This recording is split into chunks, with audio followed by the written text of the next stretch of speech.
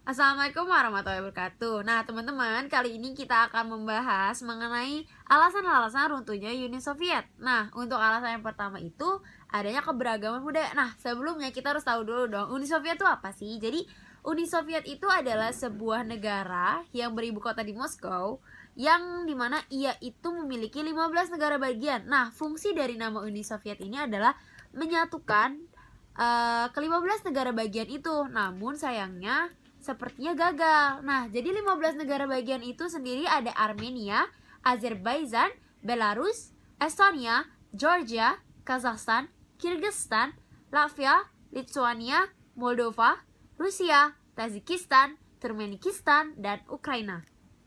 Nah, ada 15 kan? Nah, kalian bayangin gak sih 15 negara yang otomatis pasti gede-gede dong, namanya juga negara kan?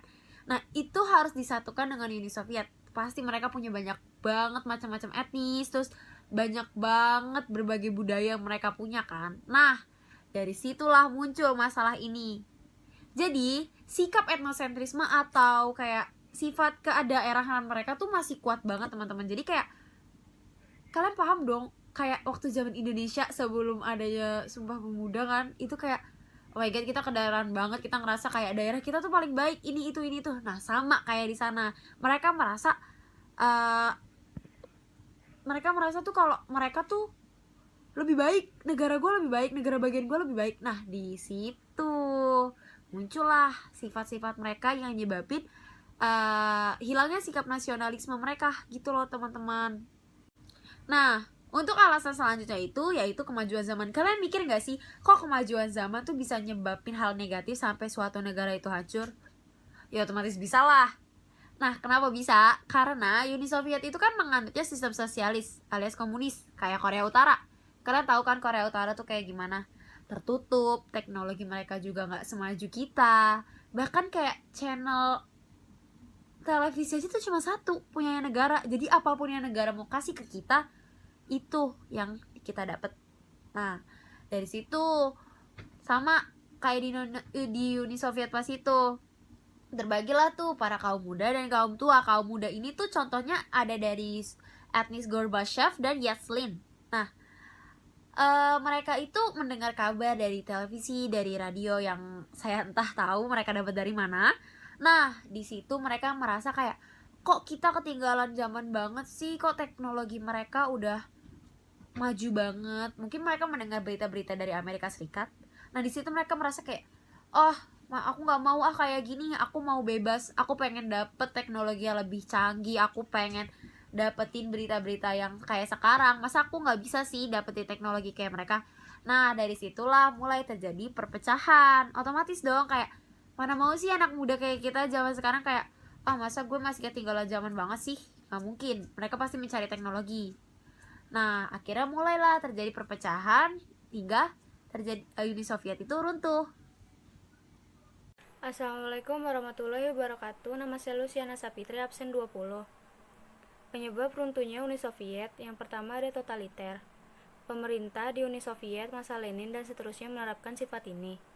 Tujuan dari penerapan sifat ini kepada pemimpinannya yang diktator tidak sepenuhnya jelek. Para penguasa ingin keteraturan dalam negara cepat mencapai tujuan sehingga rakyat harus patuh kepada pemerintah. Sifat totaliter ini sangat mengekang masyarakat yang ingin kebebasan. Yang kedua, atau penyebab lainnya ada generasi baru. Sebagai efek dari kemajuan zaman, generasi ini berhasil mengendalikan pemerintah. Mikhail Gorbachev bisa menduduki kursi PKUS atau Partai Komunis Uni Soviet dengan ide dan perencanaan yang membawa rakyat keluar dari totaliter, sosialisme, dan komunisme. Dan pria ini nyata menjadi penguasa terakhir Uni Soviet. Sekian, wassalamualaikum warahmatullahi wabarakatuh. Assalamualaikum warahmatullahi wabarakatuh. Saya Sabita Hana Fauzia dari kelas 12 IPS 3 absen 36. Hari ini saya akan menjelaskan penyebab runtuhnya Uni Soviet yang ketiga, yaitu kemiskinan. Perekonomian di Uni Soviet pada waktu itu menerapkan sistem sosialis sebagai dampak dari ideologi yang dianut oleh pemerintah. Karena memilih ideologi tersebut, segala hal yang berurusan dengan proses ekonomi dilakukan keterlibatan pemerintah. Tidak ada kebebasan berkreativitas agar ekonomi dapat semakin maju. Tidak ada pula usaha pemerintah menyerahkan aset negara yang memungkinkan dikelola swasta agar dikelola oleh pihak swasta sehingga dapat meningkatkan tugas pemerintah. Karena terus-menerus menunggu pemerintah dari proses produksi, distribusi, dan konsumsinya, perekonomian di Uni Soviet semakin sangat lambat, bahkan hampir macet. Assalamualaikum warahmatullahi wabarakatuh. Nama saya Kesya Aulia, absen 17 dari kelas 12 IPS 3. Ingin melanjutkan penjelasan atau pembahasan tentang proses runtuhnya Uni Soviet. Nah, poin yang selanjutnya yaitu glasnost atau keterbukaan. Konsep negara atau pemerintahan yang terbuka merupakan hal yang sangat diimpikan oleh rakyat di sana pada saat itu. Akhirnya, Gorbachev yang saat itu dikenal sangat memahami keinginan rakyatnya, memutuskan untuk menerapkan unsur Gorbachev pada konsep pemerintahan yang sedang dijalankannya. Nah, ternyata dari penerapan unsur glasnost ini memberikan banyak manfaat terutama bagi rakyat Uni Soviet sendiri. Nah, beberapa manfaatnya adalah yang pertama, membiarkan rakyat menyuarakan pendapat di media massa. Yang kedua, membiarkan rakyat memiliki hak milik atas suatu barang dan perusahaan swasta. Dan yang ketiga, membiarkan media menampilkan berita beragam yang dibutuhkan rakyat. Nah, selanjutnya yang terakhir yaitu membiarkan memasukkan unsur kebebasan beragama dalam kehidupan. Dipacayani absen 13. Poin terakhir dari proses runtuhnya Uni Soviet itu ada demokratisasi. Unsur demokratisasi ini diterapkan pada bidang politik. Sistem monopoli kursi politik yang diterapkan sejak kabinetnya Lenin itu berubah menjadi demokratis. Rakyat yang diberi pilihan secara bebas agar menentukan orang yang menjadi wakilnya sebagai penyambung suara di kursi parlemen. Poin selanjutnya atau yang terakhir adalah hukum keteraturan. Pada kepemimpinan Gorbachev, hukum benar-benar ditegakkan di masa itu.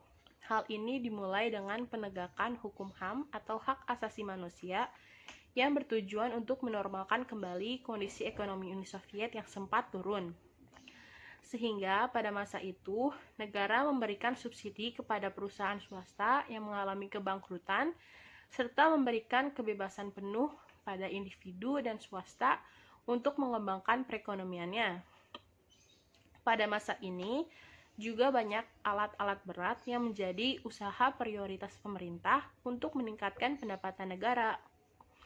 Namun, pada akhirnya, konsep pemerintahan Gorbachev yaitu perestroika mengalami kegagalan. Hal ini karena banyaknya orang dari Partai Komunis yang berusaha untuk mengkudetanya. Akhirnya, ia memutuskan untuk melepas kekuasaannya pada tanggal 24 Agustus tahun 1991. Hal ini juga diikuti oleh kebubaran Partai Komunis Uni Soviet.